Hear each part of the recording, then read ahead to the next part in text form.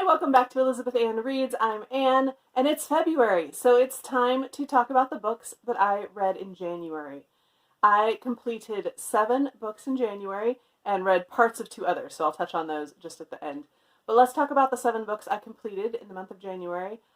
4 of them were rereads, and then 2 of them were borrowed from the library, and only 1 was off my physical TBR shelf. So, not the greatest balance of things, I guess, but that's okay. I still really enjoyed what I read this month for the most part. So let's get started. We're going to talk about some of the rereads first. Right at the beginning of the month, I read Emily Climbs and Emily's Quest by Ellen Montgomery. Ellen Montgomery is, of course, known for writing Anne of Green Gables, but this is a different trilogy by her. Emily of New Moon is the first one, and I read that back in December. So I read the second and third this month. This is a reread. Like I said, I've read this trilogy I don't even know how many times, and yeah, I love them. It makes me sad that more people haven't read them. So if you haven't read Anne of Green Gables, start with that one. But if you have read the Anne of Green Gables series, move on to the Emily books. They're so good.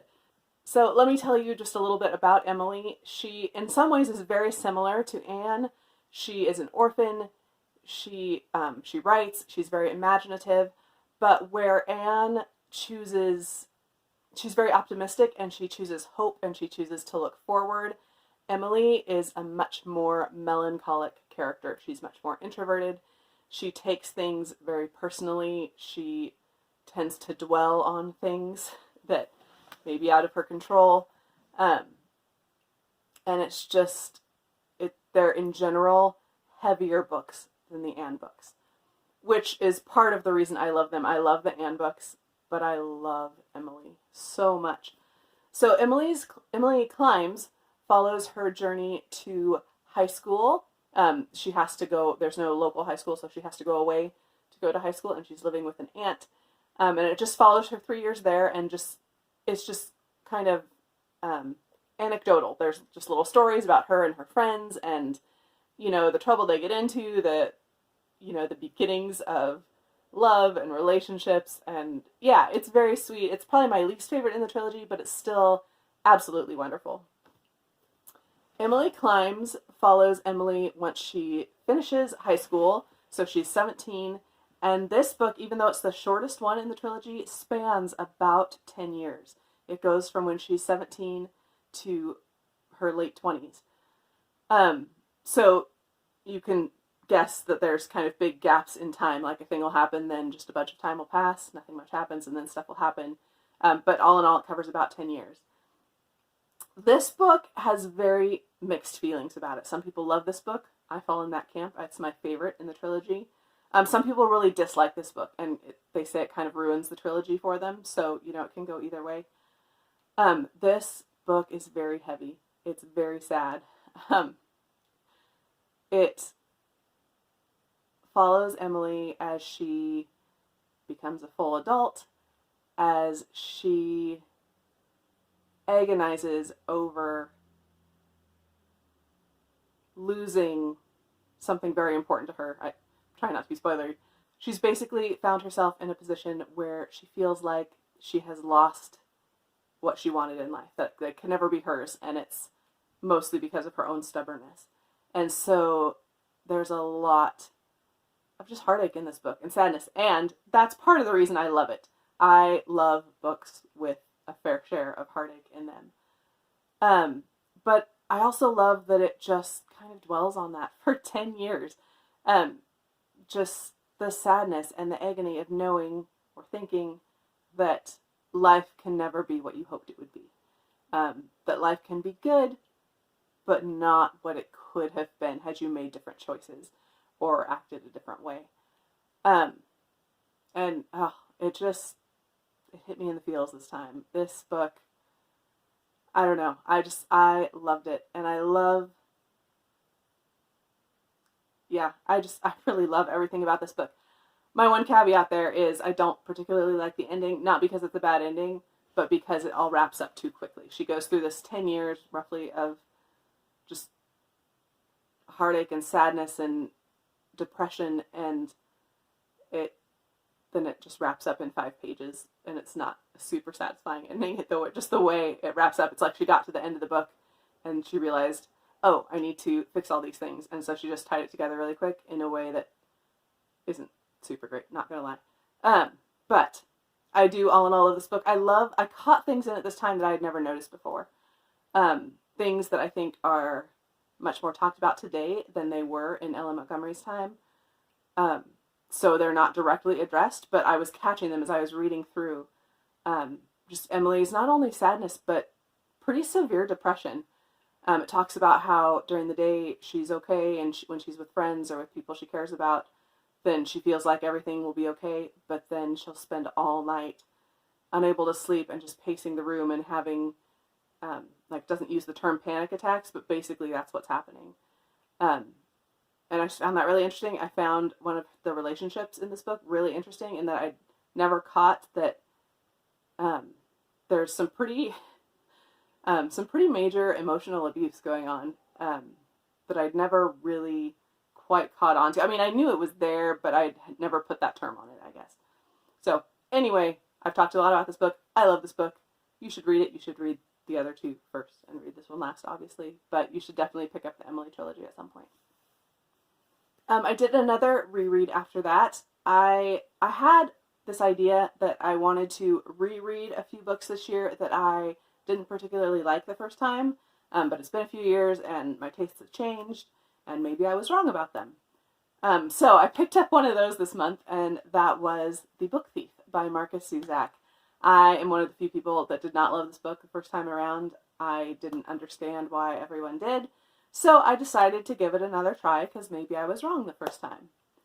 I came to the conclusion that I was not wrong the first time.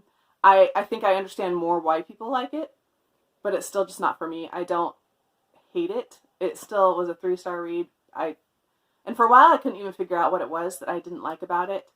Do I need to tell you about this book? I don't feel like I do. It's a book set during World War II.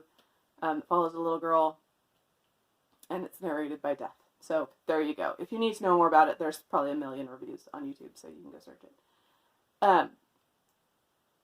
I like the writing style. I like the kind of creative way that the author approached it, with Death being the narrator. I just found it didn't have the emotional impact that it seems to have for everyone else. Like, I just didn't care about the characters. I wasn't attached to them. I didn't feel bad when they died. I don't know. It's just kind of meandering. It's a little bit plotless. Like, it's just like, yeah, it just tells the story of these people, but nothing big happened. I mean, it's kind of going through everyday life. I don't know. I didn't particularly like it. But everyone else does, so you should probably still pick it up. I also watched the movie, which I thought was decent. I'm not a big movie person in general, but I thought the movie was entertaining. I'll probably never watch it again, but, it was fine. And then one more reread. I reread Atomic Habits by James Clear. This is a nonfiction, and I just recently talked about this. It was actually in my top reads of last year, of 2019. So I did recently talk about it, so I'm not going to talk about it a whole lot.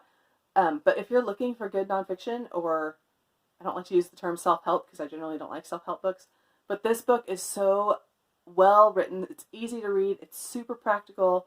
That just talks about ways to develop habits and how to make them stick, and just how to slowly become the person you want to be. He doesn't focus on certain habits per se. He focuses on becoming who you want to be and how to start building these habits into your life to become this type of person. Anyway, it's a fantastic read. You should pick it up. All right, let's move on to the 3 new books that I read, or new to me books that I read. The first was Waking Gods by Sylvain Neuvel. I listened to this on audiobook. This is the sequel to Sleeping Giants, which I listened to at the end of last year, November or December. And this, Sleeping Giants, was a book I had read before. It was another one of those that I kind of wanted to give a reread to. And I kept hearing that it was better on audio, so I listened to it on audio, and people were right, it is much better on audio. So I went on and listened to the second one on audio as well. This series it's a science fiction series, and it follows a character who basically finds a giant robot hand, and then they end up finding this entire robot, like massive robot, putting it together. Anyway, I'm not going to go too much into detail, and especially about the second one, because spoilers. But the second one just continues on with the story. I wasn't a huge fan of it. I wasn't a huge fan of the first one, but I decided to give the second one a try. I probably won't go on to the third one. The second one was okay. It had some interesting ideas, but it felt very X-Files to me. I'm a child of the 80s, so the 90s was my teen years, and that's when I was watching X-Files when it was new, and I love that show. I still love that show. I still watch X-Files. But it definitely had some X-Files vibes to it. It had the whole, like, human-alien hybrid idea going on, which I thought was really interesting, but I thought X-Files did it way better. So, you know, it's interesting, but it was a 3-star, but I probably will not continue on and read the third one. Alright, then I read The Starless Sea by Erin Morgenstern, which has been high on the priority list for a while, and I finally got to it. And I know this book has really mixed reviews, and I understand why. I understand why The Night Circus, her first book, also had really mixed reviews. I loved that one too. I loved The Starless Sea. It does have problems. I don't think it's perfect. I see the problems with it, but I loved it. It is a really interesting idea. It follows, you have kind of your main storyline following Zachary, who ends up finding this book on some library shelves, and then he finds that a story in this book is about him. And he ends up finding this library, this like mysterious underground, it's hard to describe, library, and the story kind of goes on from there. But the really interesting thing is it alternates between his story and the stories, other stories, like some that he reads in this book that he finds that are kind of fairy tales, some kind of fables, and so it's constantly alternating between these different things. I loved the fairy tales and fables more than I loved the actual storyline. The actual storyline was a bit weak. It lacked plot, and the characters were not particularly likable for the most part, and I didn't particularly care about them. But I did love the fairy tales and the fables, and I feel like there's a lot in this book that when I reread it, because I will reread it probably this year, I feel like there's a lot that I'll pick up on a reread, and even a third read and fourth read. I just feel like there's a lot that will tie in that I didn't necessarily catch the first time because I was confused most of the time. So I would say give this book a chance, but take it slow and just kind of enjoy the writing. Her writing, she's known for kind of her atmospheric writing, and that's a big part of what's so beautiful about this book. And again, I understand why some people don't like it, and I see its flaws, but I thought it was really fantastic, and I'm really looking forward to rereading it soon. And then the last book that I just finished is Starsight by Brandon Sanderson. This is the sequel to Skyward. This is also science fiction set in space. It follows Spensa, who is a pilot, and in the first book she's in a flight school, and yeah, there's just stuff going on, being attacked by aliens, those kinds of things.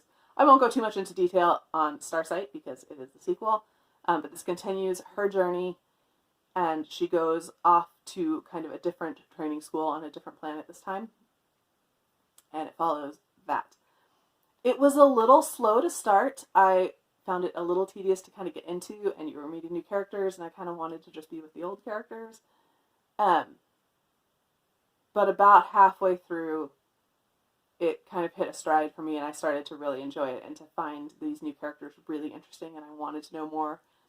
And I started to really, really enjoy it, and I thought I knew what Brandon Sanderson was going, like where he was going with this story. And I should never think that I know what Brandon Sanderson is doing, because I generally have no idea. And I had no clue where he was going to take this. And the last 100 pages, oh my goodness. It was so good and so awful and so, ugh. And now I just found out, because I looked it up this morning, the next book doesn't come out till 2021. And that's really depressing to me, because this ending was just brutal. And Sanderson is brilliant, I've said it before. But I don't know why, because I had pre-ordered this book, so it's been sitting on my shelf since it came out, and I don't know why it took me so long to get to it, but finally got to it, and it was so worth it. Again, a little bit slow to start, but it definitely gets where it needs to. So, great read. Fantastic read. Some really great reads to start this year off. I do want to mention real quick the 2 books that I've started but have not completed this year. Or I didn't complete in January, I guess. I will complete them this year. The first is Pillars of the Earth by Ken Follett. I am buddy reading this with Naomi over at Naomi's Bookshelf, and I'm about halfway. And we're reading, it should take us about 3 weeks to finish it. We're taking a section a week. So it should be finished in February. This is historical fiction set back in the mid-1100s about the building of a cathedral, which I know sounds really boring. This book is so interesting, and the characters are so well written, and the way Ken Follett is tying the different storylines together is just beautiful. And I'm really, really, really enjoying this. And I'm so glad that I finally picked it up. I am looking forward to continuing on. Just a little bit of a warning, there is some somewhat graphic abuse and rape scenes in here, so trigger warning for that. There's not a massive amount of it, but it is in there, so just be aware. Yeah, this is really, really good. I already have the second one on my shelf, so I'm hoping to just continue on with that soon-ish, once I finish this one. But yeah, really, really good. I know most of you have this sitting on your shelf. You should pick it up this year. You should make that one of your 2020 goals, because it's really interesting. The other book I started and did not get super far into this month is, I'm trying to work my way through the complete journals of Ellen Montgomery. This is the first one. There's 5 total. This is the first one, and I'm only like 40 pages in, 30 pages in. I started it right at the beginning of the month and then got distracted with other things. So I definitely hope to make significant progress, if not finish it this month, because I want to know more about her. I think she's really interesting. I think the books she writes are really interesting, and I want to know more about her. So yeah, those 2 will be continuing on into February. And that is it. Those are the books I read. Just a numbers update if you care. I started the year with 180 books on my physical TBR, which is, I'd like it to be less than that. And then I purchased and added 12 books to my TBR this month. So that's 192, and I only read 1. Starsight was the only one that was off my physical TBR. So that puts me at 191 books on my physical TBR. So hopefully that number's going to go down soon. Just, to be real here, it's not going to be this month, because February is the month where there's a huge library book sale that I go to. And so I can pretty much guarantee you the number will go up again this month. But after this month, we're going to hope it goes down. So yeah, that's it. Those are the books I read or worked on in this month. And I'm really looking forward to February. There's going to be lots of historical fiction happening. There's going to be more Brandon Sanderson happening. It's going to be a good reading month. I'm looking forward to it. I hope you are too. Let me know your thoughts on these books down below if you've read any of them or if you want to read them. Or tell me what your favorite book was that you read in the month of January. That is it. Hope you have a great February reading month, and thank you for watching.